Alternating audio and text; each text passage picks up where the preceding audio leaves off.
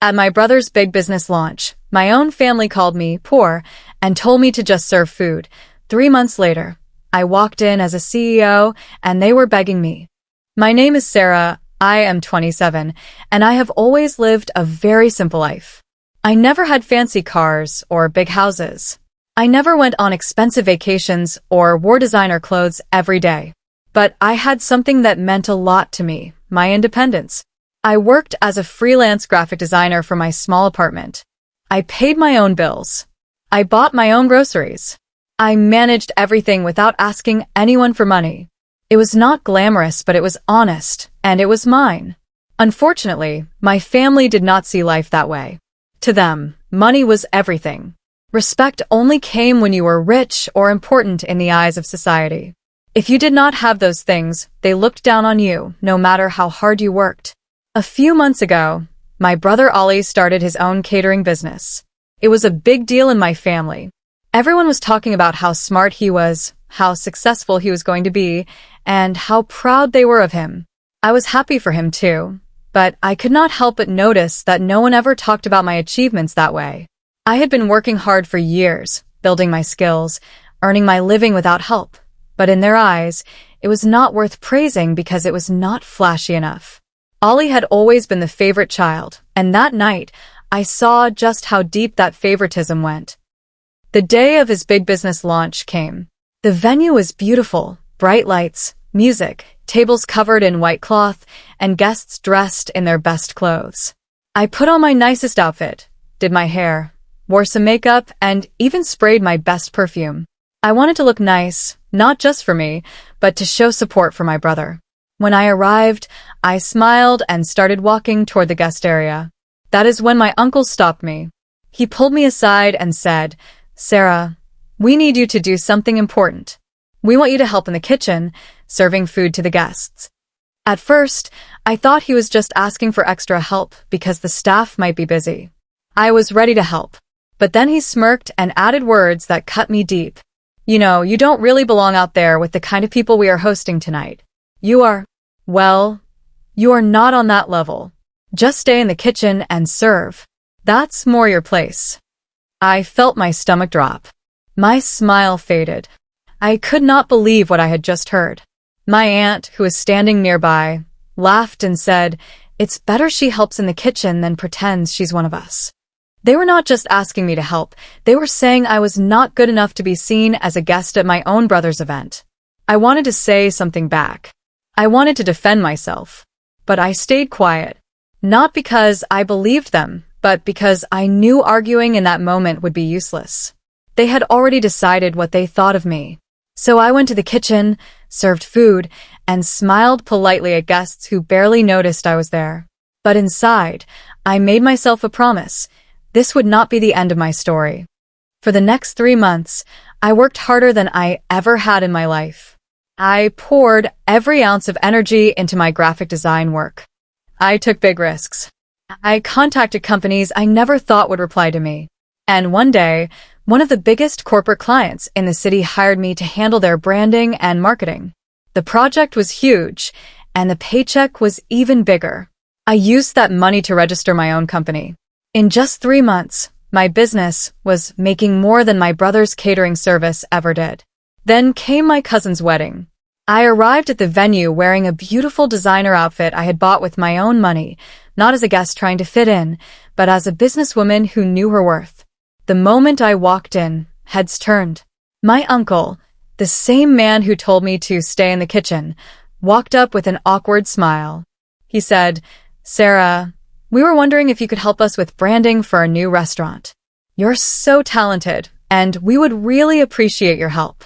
Before I could even answer, my aunt added quickly, "Yes, we would be very grateful. Maybe you could give us a discount since we're family." I looked at them, remembering every word they had said to me 3 months earlier. I smiled and said calmly, "I'm sorry, but my company has a minimum budget requirement. I'm afraid you can't afford my services." And then I walked away, leaving them standing there in shock. They called me poor and tried to push me into the kitchen. Now I owned the kitchen and everything around it. After that night at my brother's event, I went home and sat in my room for hours. I did not cry right away. I just sat there, thinking about every moment I had spent trying to earn my family's respect. I thought about the times I had helped them with their work for free, the times I had taken a bus across the city to babysit their kids, the times I had designed invitations for their parties without charging them a single penny. And yet, when the night came to celebrate my brother, they did not even see me as a guest worth sitting at a table. To them, I was just someone who could carry plates and refill drinks. Eventually, I did cry, not because of the job they gave me, but because of the way they looked at me, like I was less than them. The next morning, I woke up with a clear decision. I was done trying to prove my worth to people who had already decided I had none. Instead, I would prove it to myself. I opened my laptop and made a plan. I listed every skill I had, every contact I could reach out to, and every goal I wanted to achieve. I decided that for the next 3 months, I would work like my life depended on it. I would say no to free work, no to undervaluing myself, and no to people who thought they could take advantage of me. The first month was the hardest. I worked late into the night, sometimes until 3 in the morning, designing logos, creating social media campaigns, and pitching my services to companies that I once thought were too big for me. Most of them said no. Some didn't even reply. But a few said yes. And those few yes were enough to keep me going. I started earning more in that first month than I had in the last 6 months combined. In the second month, something changed. A corporate client who had seen my work on social media contacted me. They wanted me to handle the branding for their entire new product line. The contract was worth more money than I had ever seen in my bank account at one time. I signed it with shaking hands, not from fear, but from the excitement of knowing that this was my turning point. With that money, I registered my own company. I bought new equipment, hired a part-time assistant, and designed a professional website that made my business look as serious as I felt about it. By the 3rd month, I was no longer just Sarah the freelancer. I was Sarah, founder and CEO of a fast-growing creative agency. My income tripled. I had meetings in glass office buildings. I was networking with people who saw my value without knowing anything about my family or my past. I was finally living the life I had been working toward for years, but the best part was that I had done it all on my own. When my cousin's wedding invitation arrived, I knew it was time. I walked into that venue wearing a custom-tailored outfit, my hair styled perfectly and confidence in every step I took. I was not the same woman who had been pushed into the kitchen 3 months ago, and it showed. People who barely noticed me before now stared as I walked by. My uncle, the one who had told me I was not on their level, approached me with a nervous smile. "Sarah," he said, "we have a new restaurant project coming up.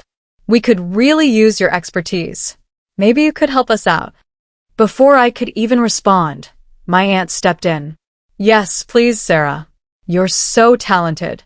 We'd be so grateful if you could work with us. Maybe give us a family discount."